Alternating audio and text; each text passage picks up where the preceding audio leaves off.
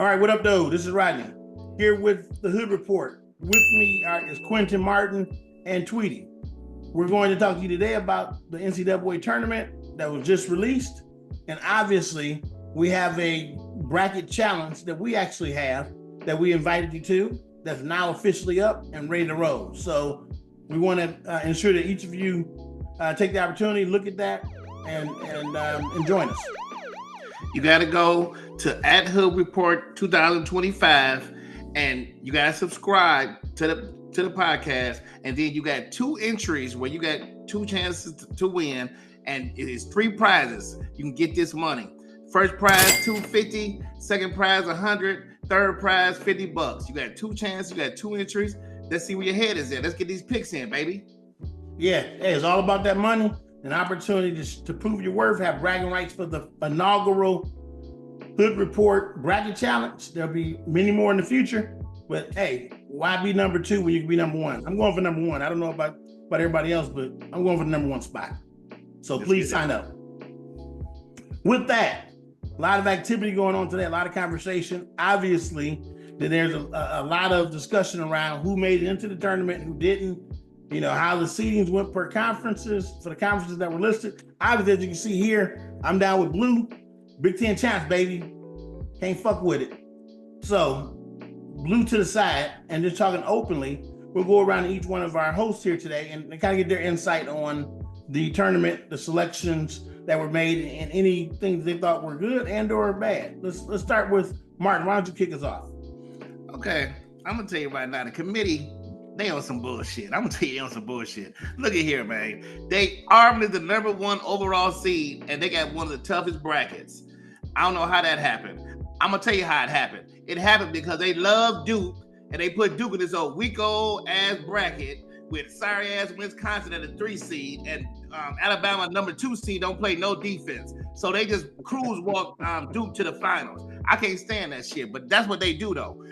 And then Florida, which was probably the number 2 team overall, they put them in the toughest bracket out of anybody. They got them in there with St. John's, Texas Tech, Maryland, which is very high team, and they got Memphis at a 5 seed.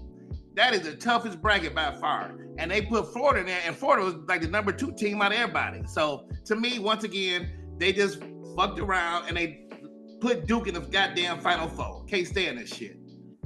And I would say I agree with that. Do you know that Duke, before they played that game yesterday, in the finals of their conference, so they get all the way to the finals of their conference, and they hadn't played Louisville, and they won without their best player, but they hadn't played a ranked team since December 4th before they fucking played Louisville yesterday. That's the kind of conference thing, and that conference got 4 teams. How in the hell you squeeze 4 teams out of that? North Carolina shouldn't have made it. I know somebody else is going to hit that, but it should have been 2 or 3 teams out of that sorry-ass conference. And like you said, cakewalk for Duke, that's some bullshit.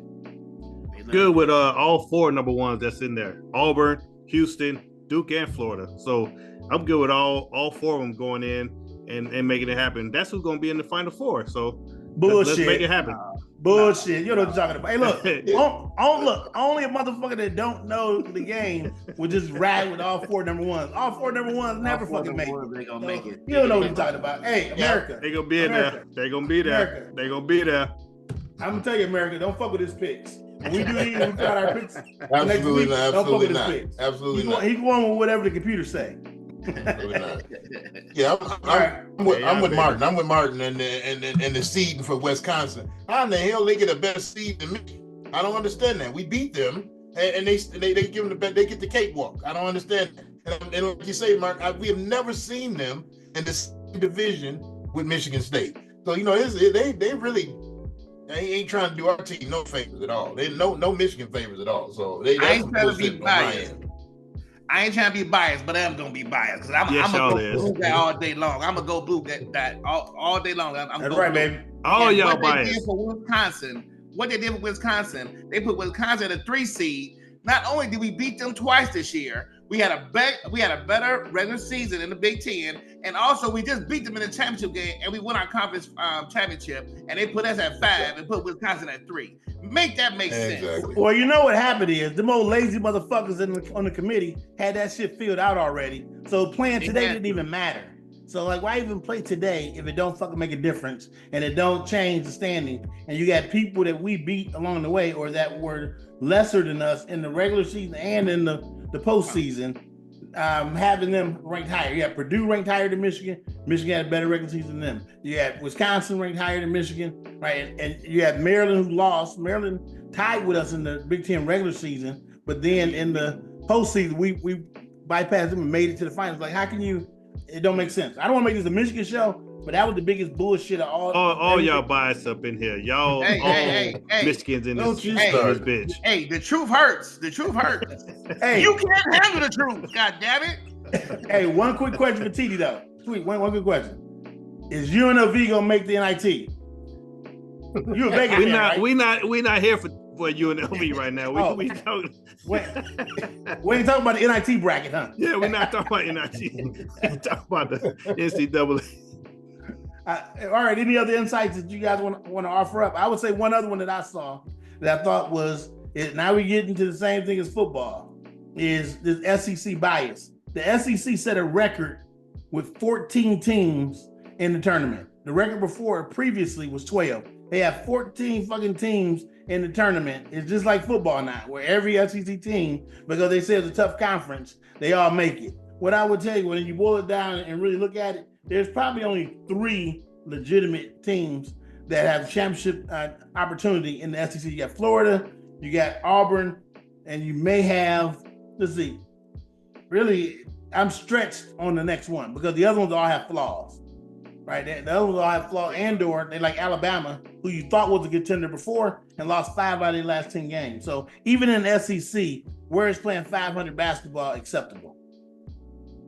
The only beef I got really was the Indiana. I thought if they put North Carolina in, how can you put North Carolina in over Indiana when first of all, North Carolina plays in a very weak conference because the ACC was very weak this year. And then Indiana had some big wins. They had like 3 good quad 1 wins. They went to Michigan State and beat Michigan State. They beat Purdue.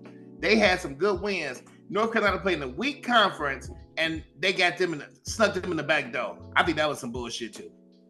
Do you know North Carolina only had 1 quad 1 win? So they talk about these quads. I'm not sure if everybody that's watching, all our listeners, know what that is. But quad 1 is where you're playing an opponent, another D1 opponent, and you're playing and you beat them at home, right? So North Carolina only had 1 quad win all season. Indiana had 4, as well as Indiana, all their losses came to quad eligible teams.